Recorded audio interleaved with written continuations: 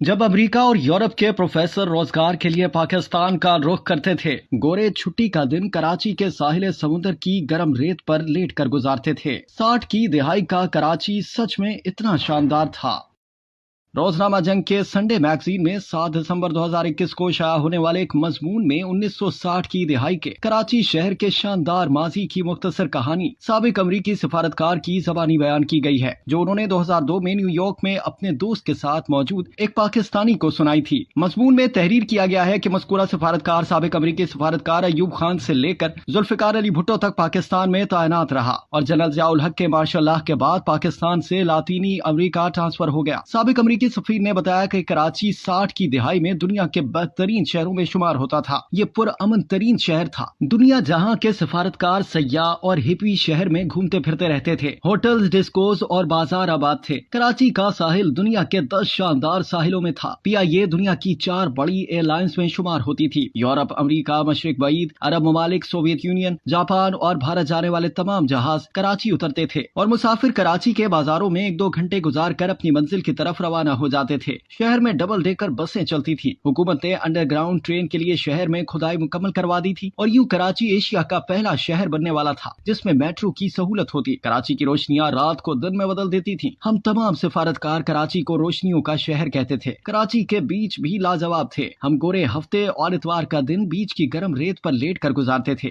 ہم ساحل کے ساتھ ساتھ سائیکل بھی چلاتے تھے۔ کراچی میں دنیا بھر سے بحری جہاز آتے تھے اور ان بحری جہازوں کے ذریعے ہزاروں مسافر کراچی آتے تھے۔ کراچی خطے کا جنکشن بھی تھا۔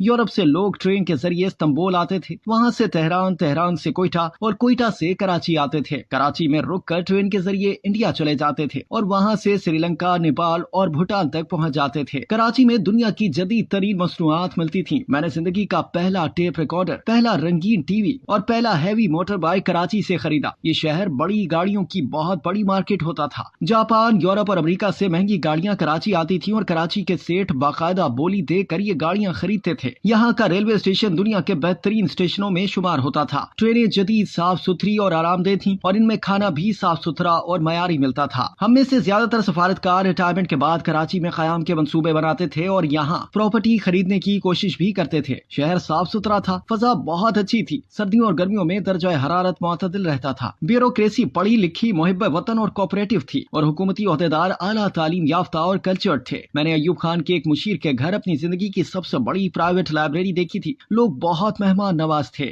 شہر میں کسی قسم کی ٹینشن اور خوف نہیں تھا۔ کراچی کے کسی سفارت خانے کے سامنے سیکیورٹی گارڈ یا پولیس نہیں ہوتی تھی۔ ہم اپنے ہاتھ سے سفارت خانے کا گیٹ کھولتے اور بند کرتے تھے۔ پاکستان کے لیے کسی ملک کے ویزے کی ضرورت نہیں ہوتی تھی۔ پاکستانی شہری جہاز میں سوار ہوتے تھے، یورپ کے ممالک میں اترتے تھے اور انہیں ایئرپورٹ پر ویزا مل جاتا تھا۔ اس کی وجہ بہت دلچسپ تھی۔ پاکستان اس وقت دنیا کا واحد ملک تھا جس میں صرف ان لوگوں کو پاسپورٹ دیا جاتا تھا جو واقعی جینون مسافر ہوتے تھے۔ پاکستانی شہریوں کو پاسپورٹ کے حصول کے لیے اپنے خوشحال ہونے، صاحب جائیداد ہونے اور سفر کی وجوہات کے ثبوت دینا پڑتے تھے۔ چنانچہ پاکستان کے جس شہری کے پاس پاسپورٹ ہوتا تھا اس کا مطلب ہوتا تھا وہ صاحب حیثیت جینون مسافر ہے، لہٰذا تمام ممالک اسے آن ارائیول ویزا دے دیتے تھے۔ معیار تعلیم پورے خطے میں بلند تھا۔ طالب علم یورپ، عرب ممالک، افریقہ، مشرق بعید، ایران، افغانستان اور چین سے تعلیم حاصل کرنے کے لیے پاکستان آتے تھے اور کراچی اور لاہور کے کالجوں اور یونیورسٹیوں میں داخل ہو جاتے تھے۔ امریکہ اور یورپ کے پروفیسر روزگار کے لیے پاکستان کا رخ کرتے تھے۔ کراچی شہر میں 1000 کے قریب غیر ملکی ڈاکٹر، طبیب اور پروفیسر تھے۔ پاکستان کا بینکنگ سسٹم جدید اور فل پروف تھا۔ بجلی، ٹیلی فون اور گیس کا انتظام بہت اچھا تھا۔ سیوریج سسٹم شاندار تھا۔ کراچی میں بارش کے آدھے گھنٹے بعد سڑکیں خشک ہو جاتی تھیں۔